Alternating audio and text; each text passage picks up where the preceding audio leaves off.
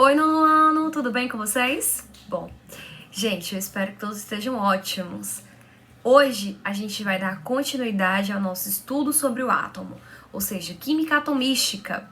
E na continuidade, na sequência, a aula passada a gente viu o modelo de Thomson, agora, hoje a gente vai continuar no capítulo 9, só que com o modelo atômico de Rutherford. Vamos lá? Bom, gente, antes de mais nada, eu quero que a gente entenda essa linha do tempo feita. Vamos lá, a gente começa com Dalton, onde ele pega as ideias de Demócrito e Leucipo e formula o primeiro modelo atômico. Depois a gente tem Thomson, que já conhecia sobre eletricidade, já sabia da carga elétrica. Então ele conseguiu já montar um átomo relacionando suas cargas elétricas. Posteriormente, a gente tem a ideia da radioatividade. E na época, muitos cientistas estavam estudando sobre esses elementos radioativos, radiações alfa, beta, gama. Então, na época, estava sendo descoberto elementos radioativos. Na época, um elemento muito conhecido era o urânio, como sendo extremamente radioativo, que emite radiação. Ponto. Alguns cientistas contribuíram muito positivamente, por exemplo, a Marie Curie. Ela descobriu um elemento que era mais radioativo do que o urânio. E a esse elemento ela deu o nome de polônio, que em homenagem ao país dela, Polônia, tá? Então, assim, na época, radiação estava sendo muito estudado, o que fez com que o Rutherford fosse estudar elementos radioativos e com essa descoberta ele conseguiu modificar a ideia do átomo. Bom, gente, vamos lembrar como é que era o átomo na visão de Thomson? Ele era uma esfera, né? Onde toda a massa era positiva e tinha os elétrons que eram cargas negativas, não é isso? Ficou conhecido como pudim de passas. Primeiro, Rutherford ele acreditava nesse modelo. Ele achava realmente que o Thomson estava certo, ok? Bom, mas só que na época o Rutherford estava realmente estudando os elementos radioativos. E ele tinha descoberto, né, a Marie Curie descobriu o polônio e ele estava estudando o polônio. O polônio, gente, ele emite radiações do tipo alfa, que são radiações que contêm carga positiva. Rutherford sabia disso, ok? Só que o Rutherford pensou o seguinte: se os elementos eles emitem radiação, é preciso investigar então os átomos para ver a questão da radiação. E na época ele fez esse experimento que ficou conhecido como lançamento de partículas alfa. Ele pegou o polônio e colocou dentro de uma caixa de chumbo. A caixa de chumbo serve para blindar, para não permitir a passagem da radiação. Mas aí ele fez um buraquinho, um orifício, para que a radiação passasse somente pelaquele buraco. E do outro lado, ele colocou uma folhinha de ouro.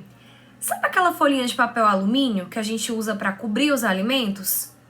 Ou embalagens, enfim. Daquele mesmo jeito, só que sendo de ouro, tá? Bem fininha. E ao redor ele colocou um anteparo. Esse anteparo, ele serve para marcar aonde a radiação está batendo, certo? Gente, o Rutherford, ele sabia que as partículas alfas, elas eram capazes de atravessar qualquer coisa. Então, o que ele imaginou? Que na hora que ele colocasse a emissão da radiação na folhinha de ouro, as partículas, elas iam atravessar. Elas iam passar pela folha de ouro. E realmente, quando isso aconteceu, a radiação realmente passou. A maioria passou. Só que algumas poucas radiações sofreram desvio. E algumas poucas também, ao invés de atravessar, voltaram. Isso chamou a atenção do Rutherford, isso era novo para ele. Porque ele pensava que todas iam atravessar. Só que ele começou a reparar o seguinte, ele foi analisar com mais cuidado. Percebam na imagem abaixo, aqui do lado, aí embaixo, que eu tenho um átomo, e que se esse átomo realmente tem carga positiva, e a partícula alfa também tem carga positiva, quando ela encontrava a carga positiva, o que ia acontecer? Ia repelir, ia voltar. Mas quando ela encontra a negativa, o que vai acontecer? Ela vai atravessar. Então o Rutherford, ele precisou reformular a ideia do átomo.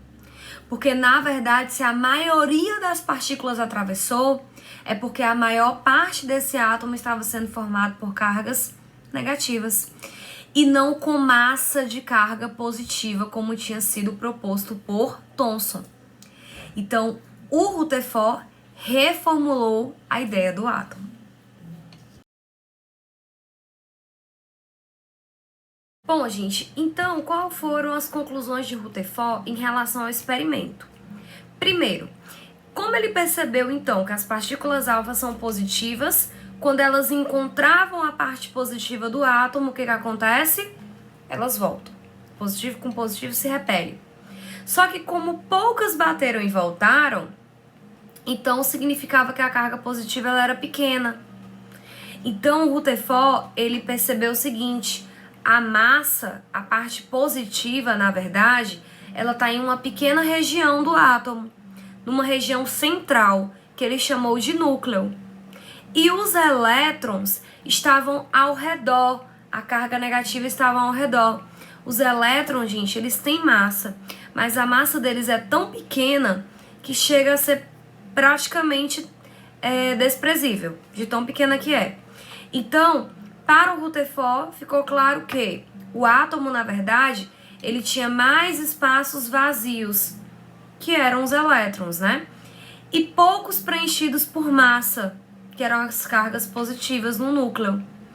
Então, para Rutherford, ficou claro que o átomo agora tinha duas regiões, núcleo e eletrosfera.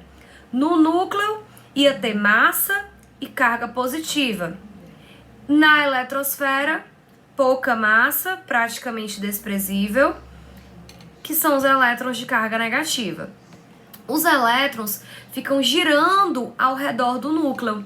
Isso fez com que ele associasse esse modelo ao sistema planetário, como o núcleo sendo o Sol e os elétrons como sendo os planetas girando ao redor do Sol. Então, características: o átomo possui mais espaços vazios do que preenchidos por massa. O átomo tem duas regiões, núcleo com massa e carga positiva e os elétrons na eletrosfera, carga negativa. E ficou conhecido como sistema planetário. Anos mais tarde, um outro cientista chamado James Chadwick descobriu que no núcleo não tinha só carga positiva, que veio a ser chamada de prótons depois, mas tinham também partículas sem carga, cujo qual ele denominou de nêutrons. Então vamos lá? Núcleo tem prótons, parte positiva, e nêutrons, sem carga. E eletrosfera, que é onde temos os elétrons, carga negativa, ok? Bom, gente, então chegamos ao fim da aula sobre modelo atômicos de Rutherford. Espero que tenha ficado claro para todos. E para vocês exercitarem o que vocês aprenderam, fica o livro, página 136, questões de 1 a 3, ok? Caso alguém tenha curiosidade, eu também estou deixando aqui um link no YouTube sobre um documentário falando sobre a vida da Marie Curie. É bem interessante, tá? Bom, gente, não se esqueçam, fiquem em casa. Um grande abraço para todos e até a próxima aula.